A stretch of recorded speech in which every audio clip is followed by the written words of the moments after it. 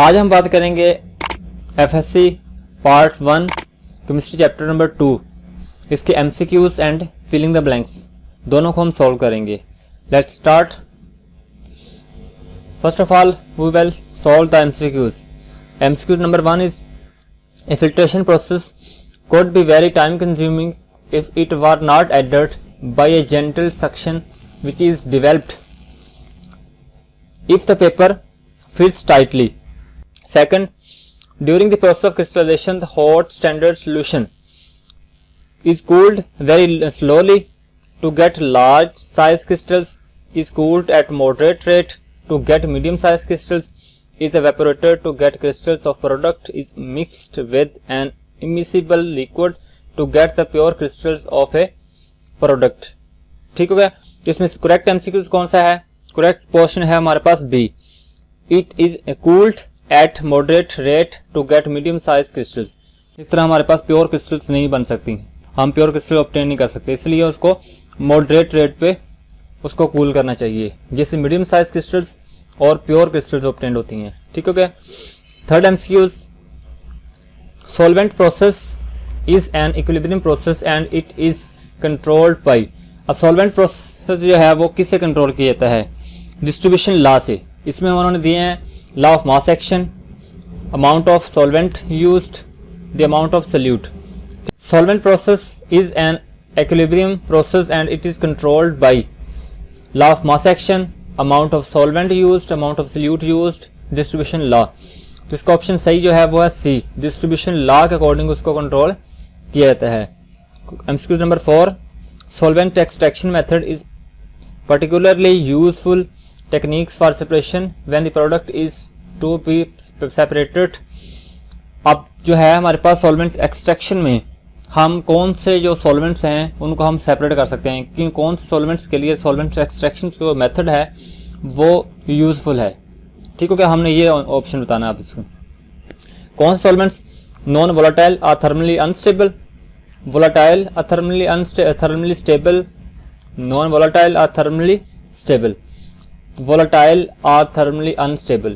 तो ये जो है ऑप्शन डी ये करेक्ट है कि ऐसे सब्सटेंसेस जो कि ऐसे लिक्विड्स या ऐसे सॉल्यूशंस जो कि वोलाटाइल हों और थर्मली अनस्टेबल हों, मतलब जिनको हम ज़रा से भी हीट हो तो वो अनस्टेबल हो जाएं, वो वेपोरेट हो जाएं या उनकी नेचर चेंज हो जाए, जो थर्मली अनस्टेबल हों उनको हम सेपरेट करने के लिए हम जो सॉल्वेंट एक्सट्रैक्शन का मेथड है वो यूज़ करते हैं।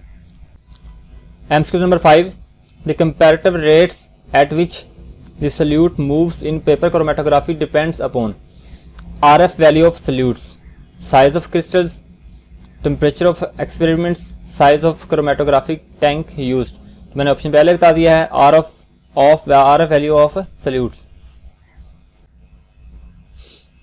MCQ number 5, the comparative rates at which solutes move in paper chromatography depends upon size of paper, RF value of solutes, temperature of experiments, size of the chromatographic tank used। तो ये depend करता है RF value of solutes। हो गया। अब आते हैं filling the blanks।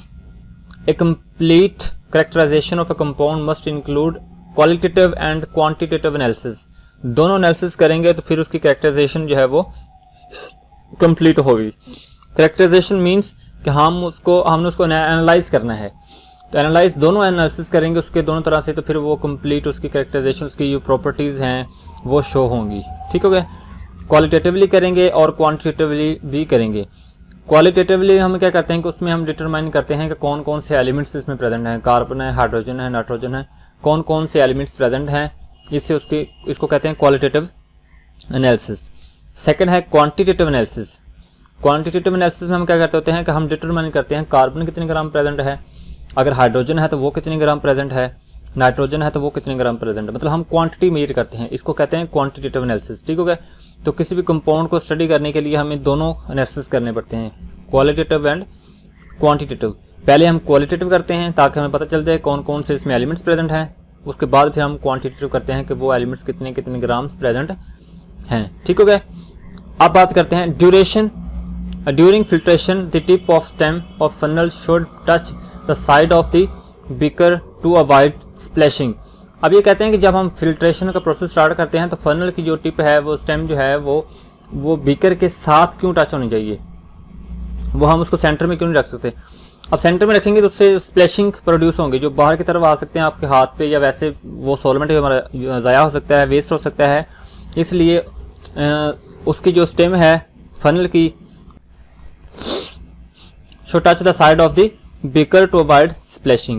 Okay, a filter paper is used to fast process of filtration. Filter जो हमारे पास है फिल्टर पेपर की टाइप्स होती हैं। अब ये जो हमारे पास है फ्लूटर फिल्टर पेपर है वो यूज़ करेंगे तो हमारे पास जो है process of filtration will be fast. Okay, a solvent used for crystallisation is required to dissolve of a substance at its boiling point and small amount at the room temperature. ठीक होगा, तो यहाँ पे क्या आएगा, small amount at the room temperature. Repeated solvents extractions using small portions of solvents are more efficient than using a single extraction with larger volume of solvents.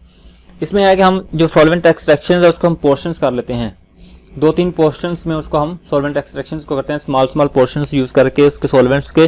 तो इससे ये क्या होता है कि हमारे पास जो रिजल्ट है वो अच्छा निकलता है, सेपरेशन ज़्यादा होती है।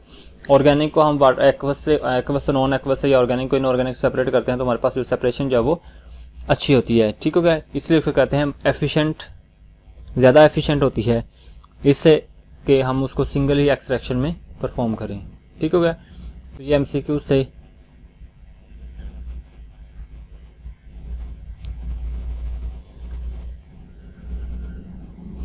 मज़ीद इम्पोर्टेंट एमसीक्यूज़ के लिए और इम्पोर्टेंट शॉर्ट क्वेश्चंस के लिए